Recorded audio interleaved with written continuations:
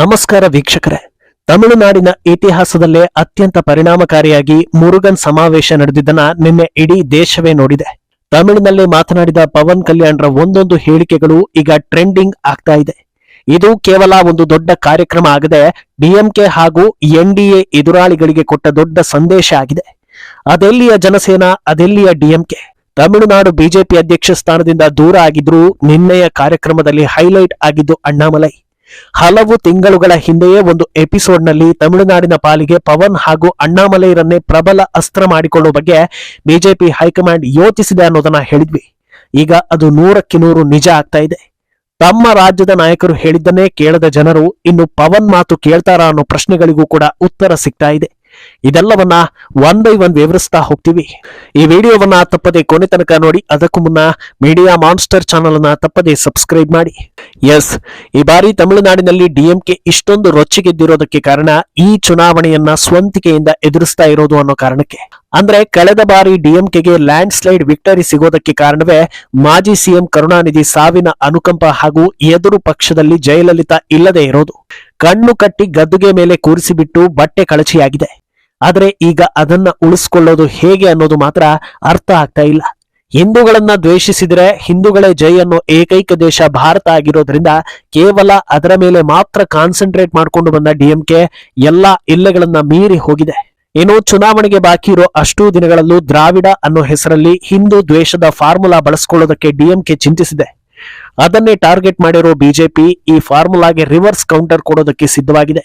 ಇದನ್ನ ಪ್ರಬಲವಾಗಿ ಡಿಎಂಕೆಗೆ ಅರ್ಥ ಮಾಡಿಸಿದ್ದೆ ಈ ಮುರುಗನ್ ಸಮಾವೇಶ.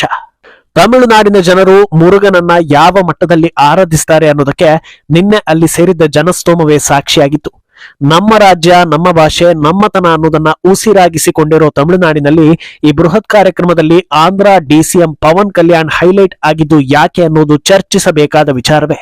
ಅದರ ಹಿಂದಿನ ಹಲವು ಉದ್ದೇಶಗಳ ಪೈಕಿ ಮೊದಲನೆಯದ್ದು ತಿರುಪತಿ ಇನ್ಸಿಡೆಂಟ್ ಬಳಿಕ ತಮಿಳುನಾಡು ಜನರಿಗೆ ಪವನ್ ಹತ್ತಿರವಾಗಿರೋದು. ಆತ ಪವನ್ ಪ್ರಸಾದ ವಿಚಾರದಲ್ಲಿ ಸನಾತನ ಧಾರ್ಮಿಕ ಭಾವನೆಗಳಿಗೆ ಧಕ್ಕೆ ಆಗಿದೆ ಅಂತ ದನಿ ಏರಿಸಿದ್ರು. ಆದ್ರೆ ಇತ್ತ ಅನಾವಶ್ಯಕವಾಗಿ ಮಾತನಾಡೋ ಪ್ರಕಾಶ್ ರೈರನ್ನ ಡಿಎಂಕೆ ಒಡೆತನದ ಚಾನೆಲ್ಗಳು ಸಂದರ್ಶನ ಮಾಡಿ ಮತ್ತೆ ಹಿಂದೂ ವಿರೋಧಿ ಅಜೆಂಡಾ ಹರಡಿಸೋದಕ್ಕೆ ಯತ್ನಿಸಿದ್ರು. ಆದ್ರೆ ಈ ಟೈಮ್ನಲ್ಲಿ ತಮಿಳು ಚಾನೆಲ್ಗಳಿಗೆ ಇಂಟರ್ವ್ಯೂ ಕೊಟ್ಟ ಪವನ್ ತಮಿಳಿನಲ್ಲೇ ಮಾತಾಡಿ ಎಲ್ಲದಕ್ಕೂ ಕ್ಲಾರಿಟಿ ಕೊಟ್ರು. ಅವರ ಒಂದೊಂದು ಮಾತು ಅರ್ಥಗರ್ಭಿತ ಹಾಗೂ 100% ಸರಿ ಇದೆ ಅನ್ನೋದನ್ನ ತಮಿಳು ಹಿಂದೂಗಳು ಅರ್ಥ ಮಾಡಿಕೊಂಡ್ರು. ಅಲ್ಲಿಯ ತನಕ ಆಂಧ್ರದ ಹಿಂದೂ ಐಕಾನ್ ಆಗಿದ್ದ ಪವನ್ ಇಡೀ ದಕ್ಷಿಣ ಭಾರತಕ್ಕೆ ಪ್ರಭಾವ ಬೀರೋದಕ್ಕೆ ಶುರು ಮಾಡಿದ್ರು. ತಮಿಳುನಾಡಿನಲ್ಲಿ ಹಿಂದೂ ವಿರೋಧ ಹೊಸತೇನಲ್ಲ, ದಶಕಗಳಿಂದ ನಡೆದುಕೊಂಡು ಬಂದಿರೋದೆ. ಆದ್ರೆ ಅದನ್ನ ಸರಿಯಾದ ರೀತಿಯಲ್ಲಿ ಜನರಿಗೆ ಅರ್ಥ ಮಾಡಿಸೋದಕ್ಕೆ ಆಗಿರ್ಲಿಲ್ಲ. ಸರಿಯಾದ ರೀತಿಯಲ್ಲಿ ಹೇಳುವವರನ್ನ ಜನರು ಒಪ್ಪಿಕೊಂಡಿರ್ಲಿಲ್ಲ. ಈ ಗ್ಯಾಪ್ ಅನ್ನ ಈಗ ಫಿಲ್ ಮಾಡ್ತಾ ಇರೋದು ಪವನ್ ಕಲ್ಯಾಣ್. ನಿನ್ನೆ ತಮಿಳಿನಲ್ಲೇ ಭಾಷಣ ಮಾಡಿದ ಪವನ್ ಹೇಳಿದ ಒಂದೊಂದು ವಿಚಾರವು ಕ್ರಿಸ್ಟಲ್ ಕ್ಲಿಯರ್ ಆಗಿತ್ತು. ಅದನ್ನ ಯಾರೇ ಕೇಳಿಸಿಕೊಂಡ್ರು ಹೌದು ಇದು ಸರಿ ಇದೆ ಅಲ್ವಾ ಅಂತ ಅನ್ನಿಸೋ ಹಾಗಿತ್ತು. ಇದೇ ಈಗ ಡಿಎಂಕೆಗೆ ದುಬಾರಿ ಆಗ್ತಾ ಇರೋದು. ತನ್ನನ್ನ ತಾನು ಹೆಮ್ಮೆಯ ಕ್ರಿಶ್ಚಿಯನ್ ಅಂತ ಹೇಳಿಕೊಳ್ಳೋ ಉದಯನಿಧಿ ಸನಾತನವನ್ನ ನಾಶ ಮಾಡ್ತೀನಿ ಅಂದಾಗ್ಲೂ ಅಲ್ಲಿಯ ಜನರು ರೊಚ್ಚಿಗೇಳಲಿಲ್ಲ, ಕೋಪವೇ ಬರಲಿಲ್ಲ. ಆದ್ರೆ ಈಗ ಪವನ್ ಕೊಟ್ಟ ಉದಾಹರಣೆ ಜನರನ್ನ ಆಲೋಚನೆಗೆ ದೂಡ್ತಾ ಇದೆ. ಅಂದಹಾಗೆ ಪವನ್ ಪ್ರಸ್ತಾಪಿಸಿರೋ ಪ್ರತಿ ವಿಷಯವೂ ಕೂಡ ಅಳೆದು ತೂಗಿ ಅಚ್ಚುಕಟ್ಟಾಗಿ ಆಯ್ಕೆ ಮಾಡಿದ ಹಾಗಿತ್ತು. ತಮಿಳುನಾಡಲ್ಲಿ ಒಬ್ಬ ಕ್ರಿಶ್ಚಿಯನ್ ಅವನ ಧರ್ಮವನ್ನ ಪಾಲಿಸಬಹುದು, ಒಬ್ಬ ಮುಸ್ಲಿಂ ಅವನ ಧರ್ಮವನ್ನ ಪಾಲಿಸಬಹುದು. ಆದ್ರೆ ಒಬ್ಬ ಹಿಂದೂ ತನ್ನ ಧರ್ಮವನ್ನ ಪಾಲಿಸಿದ್ರೆ ಆತ ಕೋಮುವಾದಿ ಆಗುವುದು ಯಾಕೆ, ಆತನನ್ನ ಬೇರೆ ದೃಷ್ಟಿಯಲ್ಲಿ ಬಿಂಬಿಸೋದು ಯಾಕೆ ಅನ್ನೋ ಸಿಂಪಲ್ ಪ್ರಶ್ನೆಯನ್ನ ಪವನ್ ಎತ್ತಿದ್ದಾರೆ.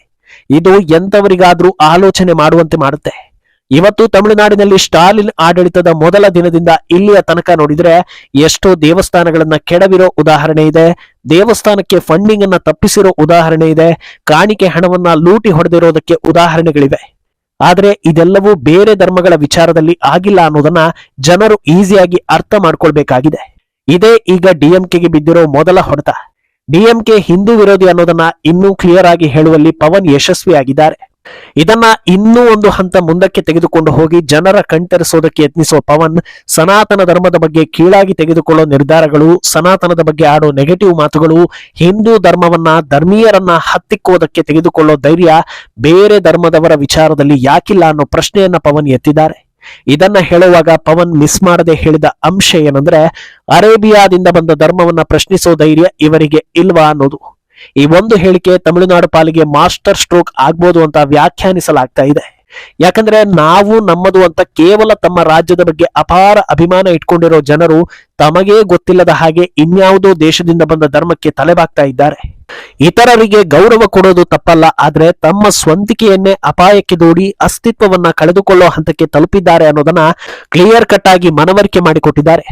ಇನ್ನು ಇಷ್ಟೆಲ್ಲ ಅರ್ಥ ಮಾಡಿ ಹೇಳಿದ್ಮೇಲೂ ಖಂಡಿತ ಅಲ್ಲಿ 100% ಇಂಪ್ಯಾಕ್ಟ್ ಆಗುತ್ತೆ ಅನ್ನೋದನ್ನ ನಿರೀಕ್ಷೆ ಮಾಡೋದಕ್ಕೆ ಸಾಧ್ಯವೇ ಇಲ್ಲ. ಯಾಕಂದ್ರೆ ಯಾರೇ ದೇಶದ ಪರವಾಗಿ ಮಾತನಾಡಿದ್ರು, ಹಿಂದೂ ಧರ್ಮದ ಪರವಾಗಿ ಮಾತನಾಡಿದ್ರು ಅವರನ್ನ ಸಂಘಿ ಅಂತ ಕೀಳಾಗಿ ನೋಡೋ ಅಜೆಂಡಾ ಒಂದು ಸೆಟ್ ಆಗಿದೆ. ಇದೇ ಕಾರಣಕ್ಕೆ ಪವನ್ ಇನ್ನೊಂದು ಹೇಳಿಕೆಯನ್ನ ಮರೆಯದೆ ಹೇಳಿದ್ದಾರೆ.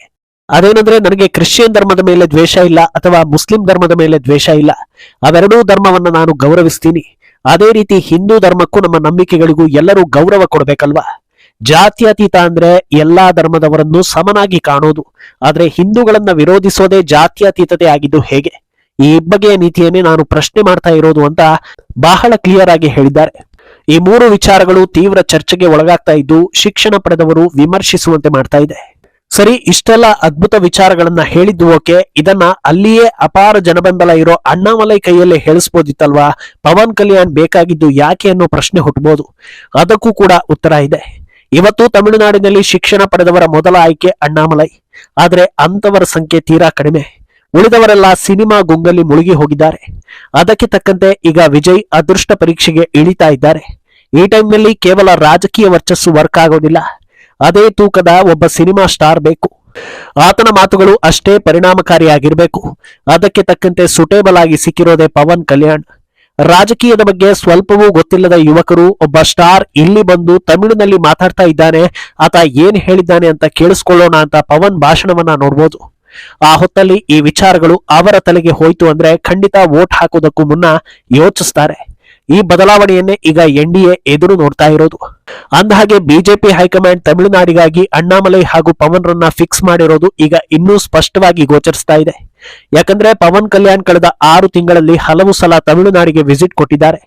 ಸುಮ್ನೆ ಅದೃಷ್ಟ ಪರೀಕ್ಷೆಗೆ ರಾಜಕೀಯಕ್ಕೆ ಬಾರದೆ ಬಹಳ ದೂರದೃಷ್ಟಿ ಇಟ್ಟುಕೊಂಡೇ ರಾಜಕೀಯವನ್ನ ಅರ್ಥ ಮಾಡಿಕೊಂಡೇ ಪವನ್ ಕಲ್ಯಾಣ್ ಜನಸೇನೆ ಕಟ್ಟಿರೋದು ಈಗಾಗಲೇ ಸಾಬೀತಾಗಿದೆ. ತಮ್ಮ ತಮಿಳು ಸಂದರ್ಶನದಲ್ಲಿ ಪವನ್ MGR ರಿಂದ ಹಿಡಿದು ಹಲವು ರಾಜಕೀಯ ನಾಯಕರನ್ನ ಅಧ್ಯಯನ ಮಾಡಿದ್ದೀನಿ ಅನ್ನೋದನ್ನ ಹೇಳಿದ್ರು. ವಿಜಯ್ಗೂ ಕೂಡ ಇಷ್ಟು ರಾಜಕೀಯ ಜ್ಞಾನ ಇರೋದು ಈವರೆಗೆ ಸಾಬೀತಾಗಿಲ್ಲ. ಆದ್ರಿಂದ ಈ ವಿಚಾರ ಕೂಡ ತಮಿಳುನಾಡಲ್ಲಿ ಪವನ್ಗೆ ಒಂದು ಕ್ರೇಜ್ ಹುಟ್ಟೋದಕ್ಕೆ ದಾರಿ ಮಾಡಿಕೊಟ್ಟಿತ್ತು. ಇದೆಲ್ಲವನ್ನ ನೋಡ್ಕೊಂಡೆ ತಮಿಳು ರಾಜಕೀಯ ಅಖಾಡಕ್ಕೆ ಪವನ್ ರನ್ನ ಹೈಕಮಾಂಡ್ ಬಿಡ್ತಾ ಇರೋದು ಕನ್ಫರ್ಮ್ ಆಗ್ತಾ ಇದೆ. ಇನ್ನು ಈ ಮುರುಗನ್ ಸಮಾವೇಶ ದೊಡ್ಡ ಇಂಪ್ಯಾಕ್ಟ್ ಮಾಡಿ DMKಯನ್ನ ಉರುಳಿಸಿ ಬಿಡುತ್ತಾ ಅಂತ ಕೇಳಿದ್ರೆ ಹೌದು ಅಂತ ಹೇಳೋದಕ್ಕೆ ಸಾಧ್ಯವಿಲ್ಲ. ಯಾಕಂದ್ರೆ ಇದು ಬರೀ ಆರಂಭ ಅಷ್ಟೇ. ಇಂಥ 10 ಪರಿಣಾಮಕಾರಿ ಅಸ್ತ್ರಗಳನ್ನ ಬಿಟ್ರೆ ಖಂಡಿತ ಬದಲಾವಣೆ ಗ್ಯಾರಂಟಿ ಅನ್ನೋ ಚರ್ಚೆಗಳಾಗ್ತಾ ಇದೆ. ಅಲ್ಲದೆ ಆಡಳಿತದಲ್ಲಿರೋ DMK ಹವಾ ಜೋರಿರ್ಬೋದು, ಆದ್ರೆ ನಾವು ಕೈಕಟ್ಟಿ ಕೂತಿಲ್ಲ ಅನ್ನೋದನ್ನ NDA ಗಟ್ಟಿಯಾಗಿ ಹೇಳಿರೋದಂತೂ ಸತ್ಯ. ಈ ಬಗ್ಗೆ ನಿಮ್ಮ ಅಭಿಪ್ರಾಯವನ್ನ ತಪ್ಪದೆ ಕಾಮೆಂಟ್ ಮೂಲಕ ತಿಳಿಸಿ.